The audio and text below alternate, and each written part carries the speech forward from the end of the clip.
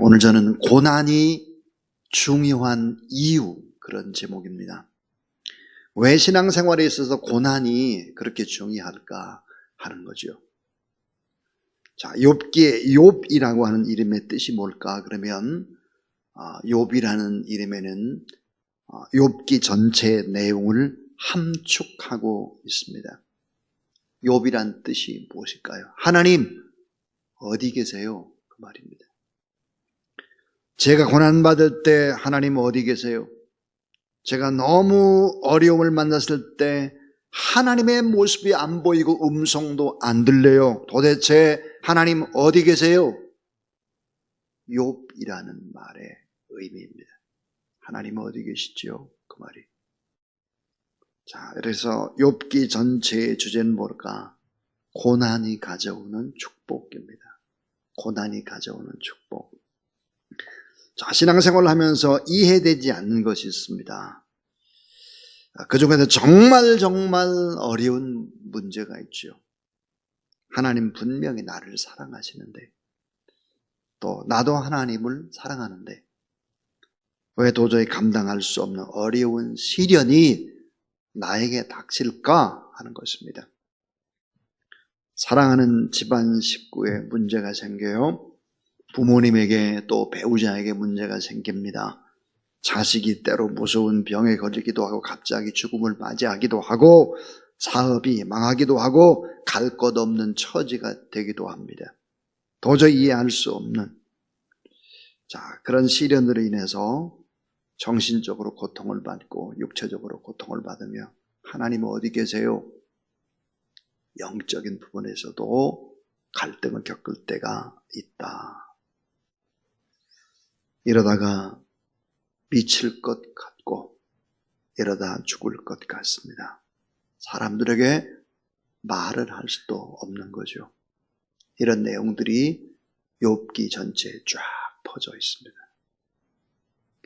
자, 오늘 이 욥기서의 중요한 몇 가지 얘기를 나누려고 합니다. 그 첫 번째입니다. 욥기는 위로를 주고 견딜 수 있는 힘을 줍니다 하는 거예요. 욥기는 우리에게 위로를 줍니다. 견딜 수 있는 힘을 줍니다. 여러분 오늘 본문 말씀 또 어제 말씀을 이어서 보면 욥은 너무나 행복했습니다.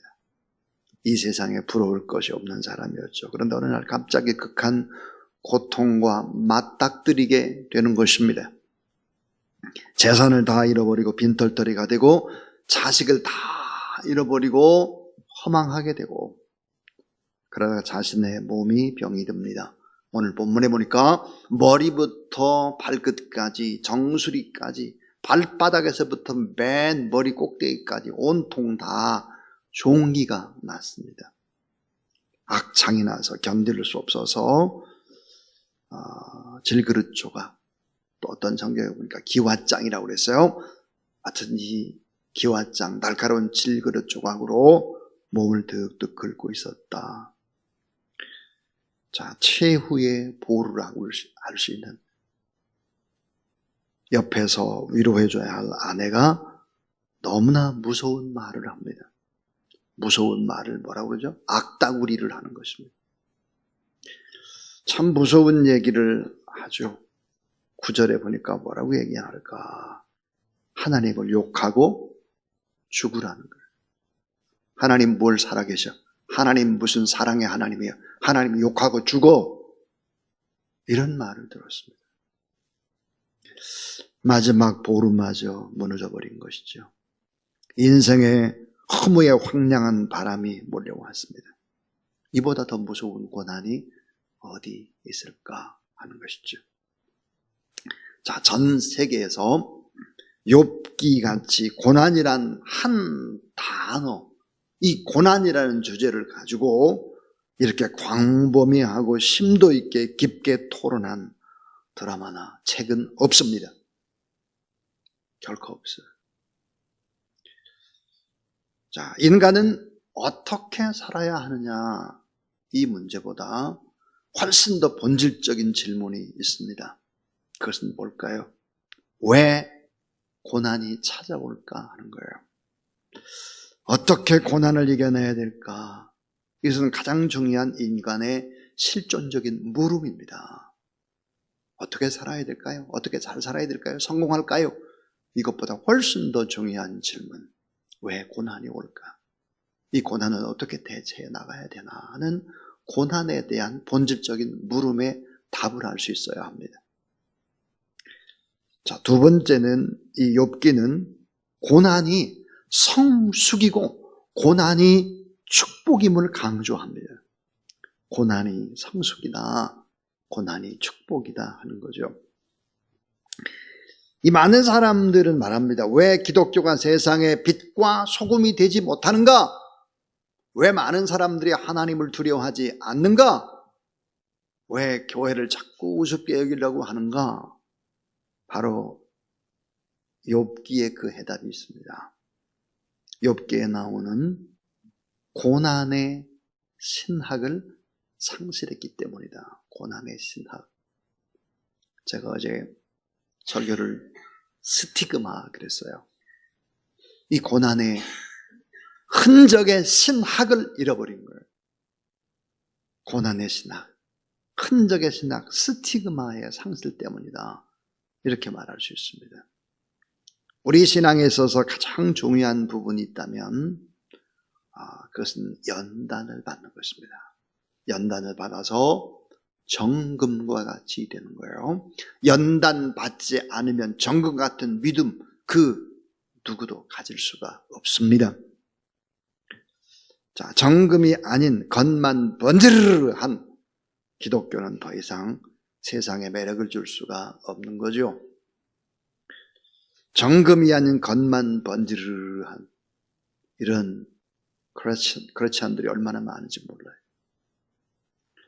그래서 욥기는 고난이 있을 때 인간은 성숙하고 고난이 있을 때 결국은 축복이다. 고난이 있을 때 정금과 같다 하는 것입니다. 그럼 고난이 없으면 어떻게 될까요? 막 살죠. 고난이 없으면 하나님 잊어버리죠. 고난이 없으면 타락하죠. 죄를 짓습니다. 육신의 정욕과 안목의 정욕과 이생의 자랑에 빠져서 타락하며 세상 가운데 천박하게 살아갈 수밖에 없는 것입니다. 그래서 하나님을 잃어버린 나라와 민족 다 잘못되는 것입니다. 자, 마지막 세 번째 이야기입니다. 오늘 중요한 부분. 욥기는 모든 것을 다 가졌어도 불안한 인간의 실상을 보여줍니다. 자, 욥기는 모든 것을 다 가졌어요. 그래도 불안한 인간의 실상을 보여준다. 욥의 가장 큰 고민이 뭘까요? 놀랍게도 고난이 오기 전에도 욥기 1장 4절부터 5절을 보니까 인간이 아무리 노력해도 죄를 지을 수밖에 없는, 또 불완전할 수밖에 없는, 순전할 수 없는, 다 가졌어도 마음이 불안했다는 거예요. 이러다 이거 큰일 당하는 거 아니야 이거? 이렇게 행복해도 되나 이거? 이런 불안감, 나쁜 생각이 열매를 맺었다는 거예요. 자, 다 가졌어도 그의 마음이 불안했다. 그래서 사탄이 틈새를 타서 공격을 하죠. 무엇으로요? 참소자, 고발자로 등장을 하는 것입니다. 사탄이 여호와께 대답하여 이르되 욥이 어찌 까닭 없이 하나님을 경외하겠습니까? 자녀도 많고 돈도 많고 모든 것들이 다 풍성하니까 하나님을 경외하는 거예요. 그걸 쳐버려서 보세요. 가짜일 겁니다. 11절. 자, 1장 11절에 보니까 이제 주의 손을 펴서 그의 모든 소유물을 치소서 그리하시면 정령 대면하여 주를 욕하리이다 그랬습니다. 참 놀랍게도 이 사탄은 알고 있습니다. 뭘 알고 있어요? 진짜 신앙이 뭔지를 사탄은 알고 있습니다. 여러분, 우리 알아야 돼요. 사탄이 모르는 게 다 알아요. 우리보다 훨씬 머리가 좋아요. 컴퓨터보다 더 정확해요. 사탄은 놀랍게도 신앙을 정확하게 그 핵심을 정의하고 있습니다. 자, 어떻게 사탄은 신앙을 정의하나? 이렇게 정의합니다. 적어도 바른 신앙인이 되려면 하나님께서 모든 것을 다 가정하시고 가장 비참하게 만드셔도 그 하나님을 믿고 하나님을 사랑해야 진짜 신앙인 아닙니까? 욥 가진 거 다 쳐버려 보세요. 하나님 배반할 겁니다. 몸에 질병을 줘보세요. 하나님 배반할 겁니다. 껍데기 신앙이라는 거예요. 그러니까 사탄은 알고 있어요. 적어도 바른 신앙인이 되려면 하나님께서 모든 것을 다 가져가시고 가장 비참하게 만드셔도 그 하나님을 믿고 그 하나님을 찬양하고 그 하나님을 사랑해야 진짜 아닙니까? 이 말이. 사탄은 다 알고 우리를 공격하는 것입니다. 신앙은 단순히 하나님이 복 주셔서 하나님을 사랑하는 그런 수준이 돼서는 안 된다.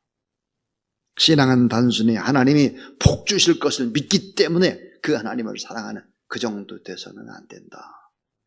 가짜라는 거예요. 참 신앙은 고난 중에도 여전히 변함없이 하나님을 사랑하고 변함없이 하나님을 높이고 변함없이 하나님을 경배하라. 코로나19 웃기는 얘기 지금 다 위드 코로나가 되는데 언제까지 코로나 핑계를 대고 예배를 소홀히 하고 기도를 소홀히 하고 그렇게 할 거예요. 언제까지? 신앙은 팍팍팍 떨어져 갔는데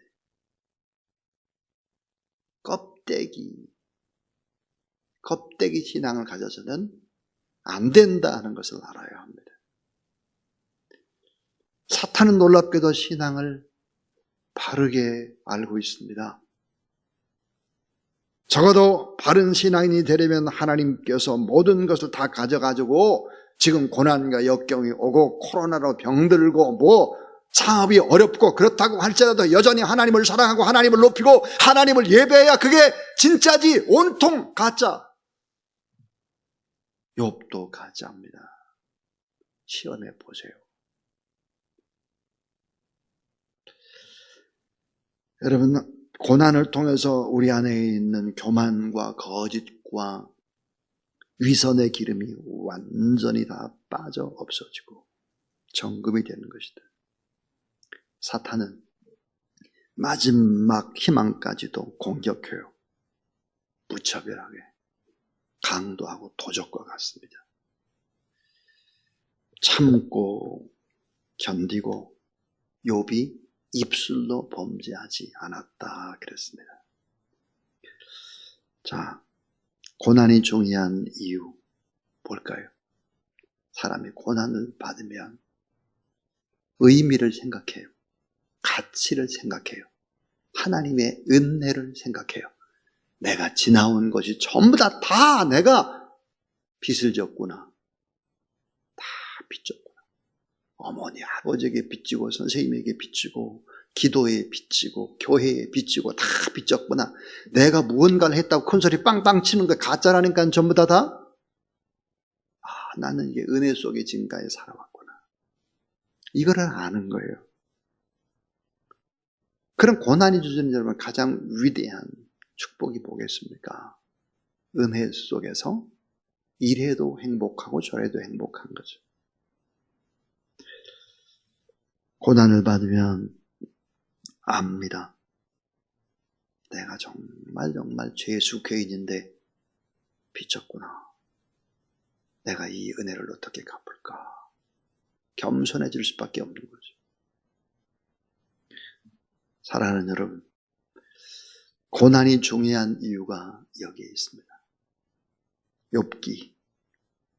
욥의 뜻이 뭘까? 하나님 어디 계세요? 욥기는 우리에게 위로를 주고 견딜 수 있는 힘을 줍니다. 사람을 바라봤던 욥은 다 상처를 빵빵 받습니다. 오늘 본문에 나오는 절친했던 세 친구들, 이 친구들 때문에 욥은 더 힘이 듭니다. 그러니까 욥은 바라볼 수 있는 것이 무엇밖에 없어요? 하나님밖에 없어요. 제가 지난주에 설교할 때 이런 설교했어요. 사람을 바라보고 사람을 의지하고 사람과 수없이 대화하고 남는 것은 상처. 우리가 하나님을 바라보지 않으면 절대로 인간은 만족할 수 없다. 욥기는 위로를 주고 견딜 수 있는 힘을 주는 분이 하나님 한 분밖에 없다를 교훈합니다. 근데 이런 고난이 성숙이고 축복이다. 또 욥기는 모든 것을 다 가졌어도 불안한 인간의 실상을 보여준다. 하나님이 없이는 진정한 평안 결코 얻을 수 없다 하는 것입니다. 이 사탄은 우리의 희망을 꺾어버리려고 공격합니다. 최후의 보루마저도 우리를 버리게 할 수도 있습니다. 끝까지 주님 의지하며 나갈 때 결국은 하나님께서 나중에 보면 다 채우시고 더 복되게 하신다.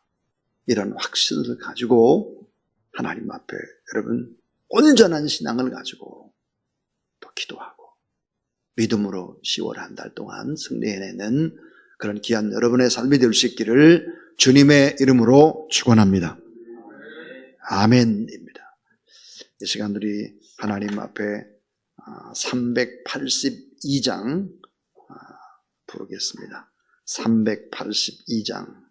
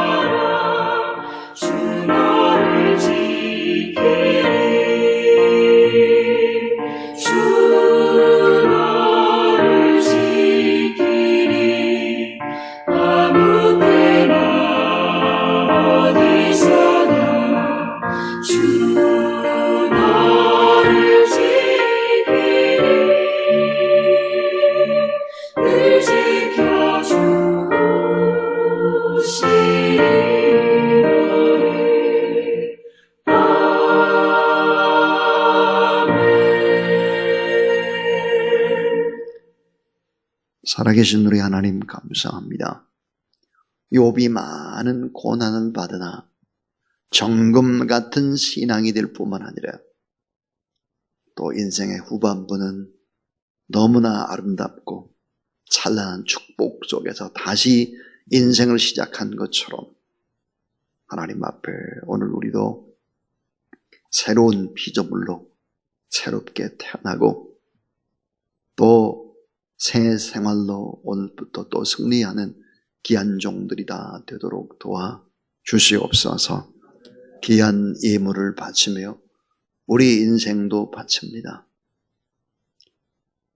주신 이가 하나님이시오 취하여 가신 이도 하나님이시니 오직 하나님만 바라보며 감사하며 찬양했던 욥처럼 우리도 그렇게 상황에 관계없이 감사 찬송으로 하나님을 높이는 하나님의 귀한 종들 다 되게 하여 주시옵소서.